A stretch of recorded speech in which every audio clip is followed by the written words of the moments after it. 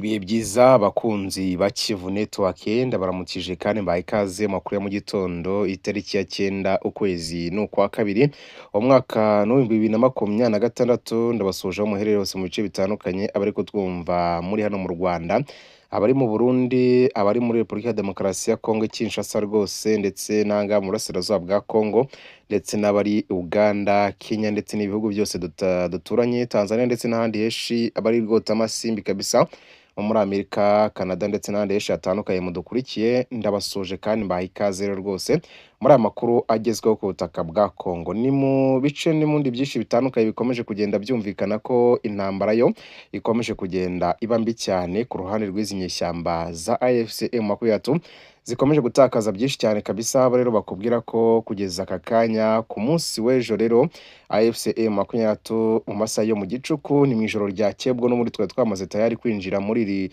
kuri tariki ya 9 habaye ibikorwa bya gisirikare bya drone kabisa bivugwa ko byahitanye abarwanyi batari bake babarizwa muri za mirongo hagati yo mu ijoro rya hagati ya saa 9 ndetse na saa 10 nibwo rero ibi byose byakozwe. Ni operation rero za gisirikare zikomeye cyane zibasiye n'ubundi birindiro by'izinyeshyamba za AFC M23 ndetse n'ibirindiro bya Twirwaneho mu bice byo muri teritwari ya Minembwe. Nk'uko rero tugiye kuba tubigarukaho tukabwira uko byifashe, turagaruka ku bikoresho bya gisirikare bya AFC M23 bikomeje kugenda bifatirwa ku rugamba ku bwinshi. Rero nk'uyu munsi wa none ku munsi w'ejo mu masaha n'ubundi ya nimugoroba agana saa 5 z'ijoro nibwo hongeye gufatwa ibikoresho bitari bike n'ubundi bivugwa ko ngo byari birimo birasoka umujyi wa Bukavu. Ese bimeze bite ibyo byose? Nabyo turaza kuba dukomeza kugera tubirebera hamwe. Ikindi rero operation za gisirikare zikomeje kugenda zibasira umujyi wa Bukavu.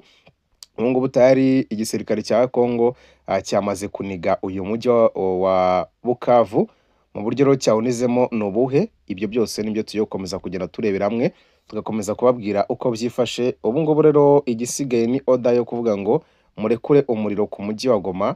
Twamaze gutegura akantu kose akantu ku kandi naho bundi nta kindi gisigaye kabisa kugira ngo M23 ibashe kuba yaraswa kuri umujyi wa Bukavu, kuko biragaragaza ko ibintu bitoroshye. Ariko nayo muri uko kose iri kureba ibyo byose birimo biraba tayari yamaze gutegura nayo ibijyanye n'ibikoresho bya gisirikare kabisa irimo irakora ibijyana hano muri uyu mujyi wa Bukavu, irimo irabizana ku bwinshi cyane. Rero urumva ko ibintu bishobora kuza kuba bibi cyane, ibintu bigiye kuba byakomera ku buryo bukomeye cyane. Rero ibintu birakaze kuri kino kibuga cy'imirwano. Reka rero dukubite tubangura twihuta cyane turebera hamwe uko ibintu bikomeje kugenda byifata muri rusange. Reka rero twihute cyane tubabwire ko amakuru yacu tugiye kwahera n'ubundi hano mu mujyi wa Bukavu, kuko n'ubundi ibintu bikomeje kugenda bikara cyane. Rero mu ijoro ryakeye nk'uko nabibabwiye agana mu masaha ya nimugoroba cyane ama operation yagiye akorwa mu masaha za saa 5 gutyo, abasirikare ba AFC M23 basoraga ibikoresho byabo bimwe na bimwe bya gisirikare biri mu makamyo birimo birajyanwa n'ubundi mu bice by'imisozi miremire kugira ngo barebe ko bakigarura uriya mujyi wa Uvira bongere bawusubiremo.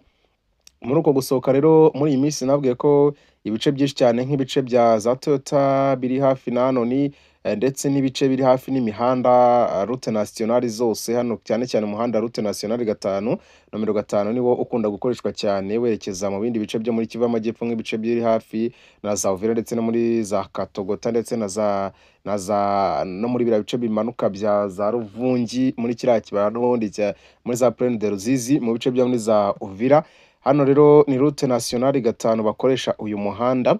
Rero hano bageze ku muhanda kuri umuhanda mukuru wa route nationale 5 abasirikare ba M23 bari batwaye ibikoresho bya gisirikare hafi uyu muhanda n'ubundi hafi n'umusozi wa Nyanende n'ubundi biteganye neza kuri uyu muhanda kabisa. Niho rero hategewe ambush abasirikare ba AFC M23 bakaza kugwa muri icyo gico kabisa, bigaragaza ko rero Wazalendo yari iri kumwe n'ingabo z'abarundi ndetse iri kumwe n'igisirikare cya FARDC n'ubundi n'igisirikare cy'igihugu bakoze iyo operation bafatamo ng'intwaro zibarirwa muri 30 zari zirimo zirajyanwa mu bice byo muri za Uvira, muri teritwari ya Uvira kugira ngo zibashe kuba zakora operation za gisirikare. Gusa rero hano muri izi nzira zose zimaze iminsi zisa nkaho zirimo ziranigwa ku buryo bukomeye cyane, bisa naho rero bari gukomeza kugenda bashyira amabariyeri akomeye cyane biri gutuma izi nyeshyamba za AFC M23 zitabasha gukomeza kwa advancinga zinyuze muri tuno duce, kubera ko n'ubundi barajya kugenda bagasanga n'ubundi